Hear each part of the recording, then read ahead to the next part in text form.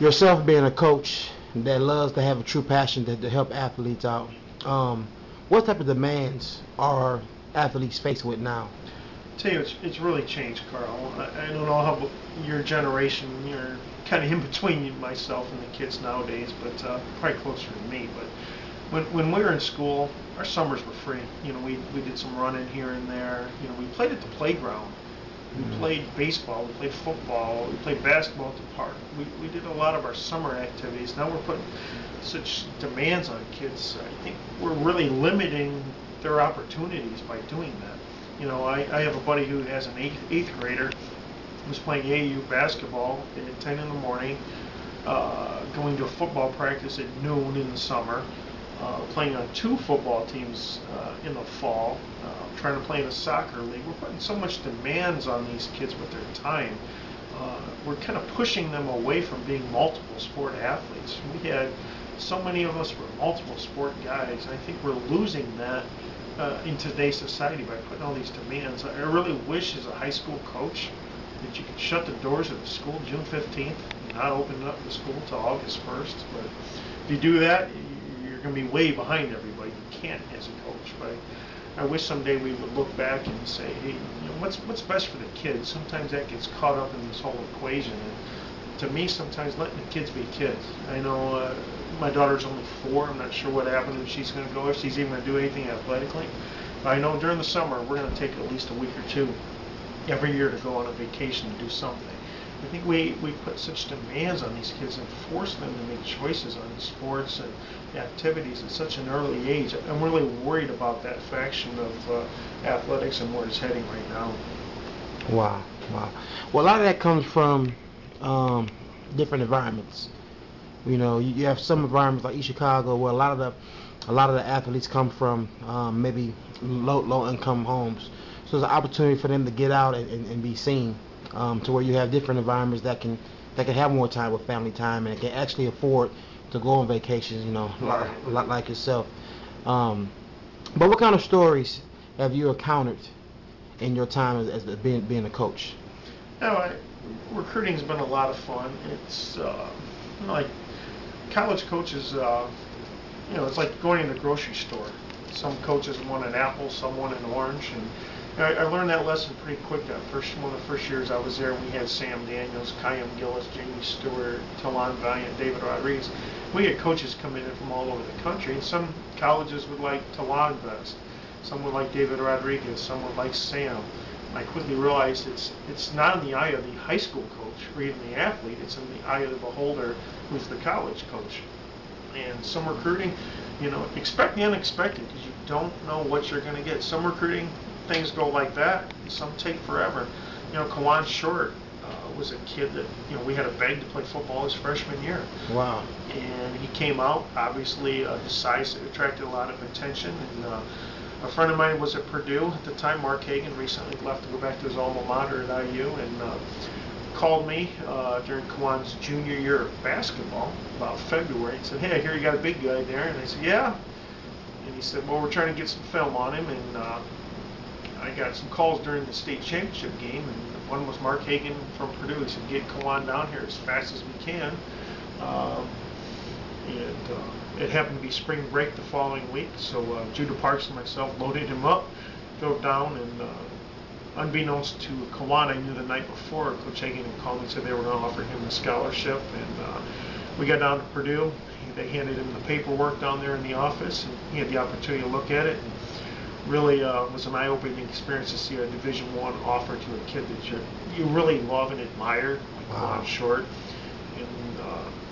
and see him go through the whole rest of that day talking to the coaches. And happened to be spring practice, and we're standing there inside their bubble they have down there in the facility. And so I'm thinking about committing. I said, whoa, let's hold off here. And then I said, well, is it your dream school? I said, yeah, Coach, Etwan's coming here.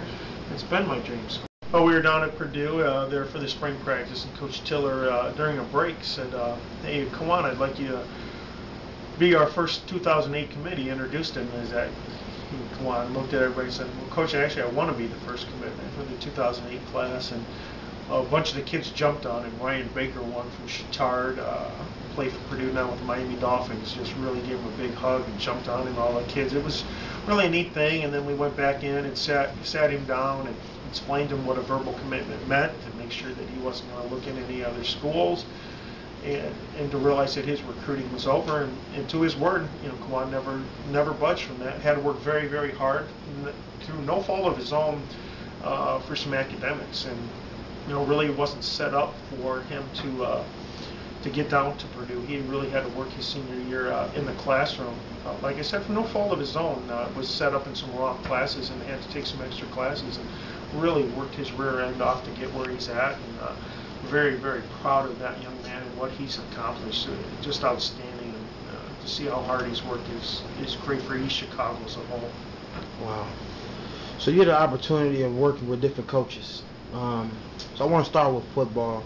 I know you worked with Coach Turkovich those 2 years, correct? Right. But I want to focus on football. You had the opportunity of working with 4 different coaches. Give us a little insight on that. Coach Hidalgo, it was an opportunity. I never really thought about coaching. Actually, I started thinking about coaching when I was in the publications business. I had a guy, Coach Rex, that was a coach at Wheaton Central High School in Illinois. We had started our Illinois high school football guide, and we used to drive around the Chicago Public League together. We'd meet up in Chicago. He'd come from Wheaton. I'd come from here in the region. We'd talk a lot of football, and I thought, man, if I ever want to change professions, maybe it is coaching. We talk a lot about life, and he was a coach at Wheaton for Chuck Long, Ken Graham, who both played in the NFL. John Belushi was his middle linebacker. Wow. But we had a lot of great stories, and really was a mentor of mine, just not in coaching, but in life, because I'm sure he's smiling up on me today in heaven, knowing that I am doing this, and I hope I'm pleasing him by doing that. But I had an opportunity with Coach Hidalgo, and he gave me the opportunity to come in and do a lot. Be the special teams coordinator, coach receivers, coach DBs, be the head JV coach, and do a lot of paperwork, a lot of recruiting. So really put a lot on my table, and I'm grateful for that opportunity. Coaching with Coach Richards, not a finer person as far as getting the most out of his athletes. He's got his athletes who love him but respect him, and there's a line of discipline there. He has absolutely mastered that technique, and that's why he's such a success, because his kids believe in him, and they believe in what he will do for them. He knows that the kids know that he cares about them and what they can do, what he can do for them, so they really believe in him, and that was a great thing to see. And then Coach Adams, who is a lot like Coach Richards, very, very similar, very well organized. I mean, everything's down to a T. At 4:01, we're walking on the field. At 4:05, we're taking a water break, and that's something I admire. And he's me to a lot of things here, and really enjoy him not only as a coach but as a friend. And we're on the same page as far as everything we do, as far as recruiting, as far as why we're in it, and what we need to do, and how we need to do it. And that's just a great experience to have him not only as a coach but also as a friend. Wow. So you had an opportunity to volunteer coach on the basketball team, and you was fortunate enough to be on that 2000 state championship team. Give us a little feedback on that. I got to know Coach Turkovich, like I said, when I came in there, and I volunteered to do the stats and help with some of the scouting and the recruiting of some of the kids. And it was just an unbelievable experience to see that group of kids gel. And Coach Turkovich, it took a lot of heat. It's a very hard position, head basketball coach at Central, probably the most strenuous position in the city besides mayor, yeah. Probably even higher than mayor. But he took a lot of heat. He worked very, very hard at it, and I think he realized the game's about the kids. He played for, not the guy who invented basketball, but the guy who really revolutionized it, John Wooden. And he let the kids, a kid's game, it's an easy game. He let the kids play to their strengths. The game wasn't about the head coach walking out with some fancy suit on and playing up to the crowd. It was about the kids and playing to their strengths. And I think he had a lot of Phil Jackson in him. When Phil Jackson had Dennis Rodman and Michael Jordan, Scottie Pippen, getting all of them to gel, and to have that group and get them all to gel like he did was amazing to watch. He had a great staff. Judah Parks grew up in East Chicago, was the first really Indiana All-Star at Central High School for basketball, and to have him on staff and have him be a police officer in town and knowing the beat of the city and what's going on, have him on there. And then Jim Argus, who was really his X's and O's guy, could tell you anything. Well, that kid's foot's at 2 degrees off where it should be. Was really underrated in what Coach Argus brought to the table on that team. And then have Coach A. Brown and Anton Williams stay and be the JV and freshman coach and mentor those young kids, and now moving up to where they are now was really great for the program, and it was great for the city. I mean, it was just an unbelievable experience to come out on Conseco, see that crowd, and see the crowd in the second half even grow behind us, and you know, the IHSA officials coming all the way to us, making sure our fans didn't run on the court. They were really worried about that, but that was a great thing, and a great thing for the community of East Chicago to come back and hear that we were having a parade on Indianapolis Boulevard, and then to get on Columbus Drive and already have the parade 4 or 5 deep all the way down Columbus Drive to the school. Was absolutely an unbelievable experience and something I'll never forget. We were absolutely drop dead tired on that way home, but to look and see that energized every one of us, and got back to the school and then went on the parade route just to see all the people that cared and loved. Brought the community together. Really was a fantastic thing, and something I'll always cherish, and just a great group of kids.